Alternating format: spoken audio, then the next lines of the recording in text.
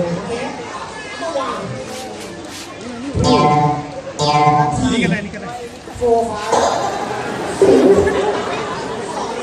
ทีมองจะให้น้องแต่งวันปาลูกโป่งสามนี่แต่เป็นการทำโทษครับหรือทำได้หรือเปล่าเพราะความมั่นใจกับหนุ่มกว่ารุ่นใหญ่ครับจะให้น้องแต่งวันซ้อมกับเป้าใหญ่ได้ก่อนครับ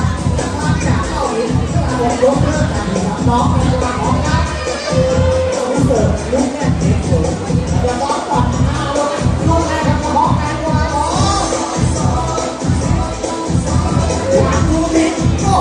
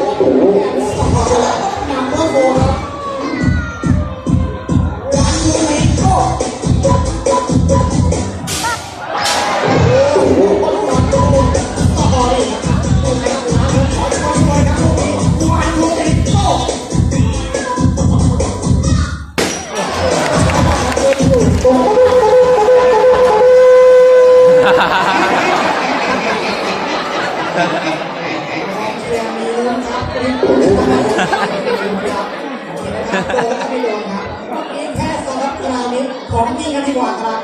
วันนี้ก็โอเคโอเคเสียงไม่ค่อยดังรบกวนได้นะ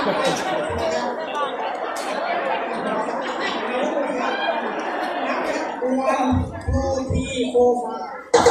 ฟิตสองเลยครับขอได้ทีบอกครับช่วยครับโอเคครับขอช้าแค่ไหนดีกว่าขอช้าแค่ไหนดีกว่าครับเอาช่วยก่อนครับดีครับไม่อยากร้อยครับอย่างนี้กำลังพอดีครับไม่พลาดกันอย่างแน่นอนนี่เสิร์ฟไปดูเลยดิโอเคพร้อมน้องแตงกวาพร้อมไหมครับลูกดอกเราหมดแล้วทีมงานบอกเสริมมีพร้อมแล้วประสบการณ์เลยครับลูกใหญ่มากทีมเติมลูกไซส์แบบนี้วันนี้มั่นใจแค่ไหนครับ55%เลยครับวันนี้แม่จับให้ลูก50 not sure แม่จับให้เดี๋ยวนี้50% not sure เป็นแบบแต่ป๊า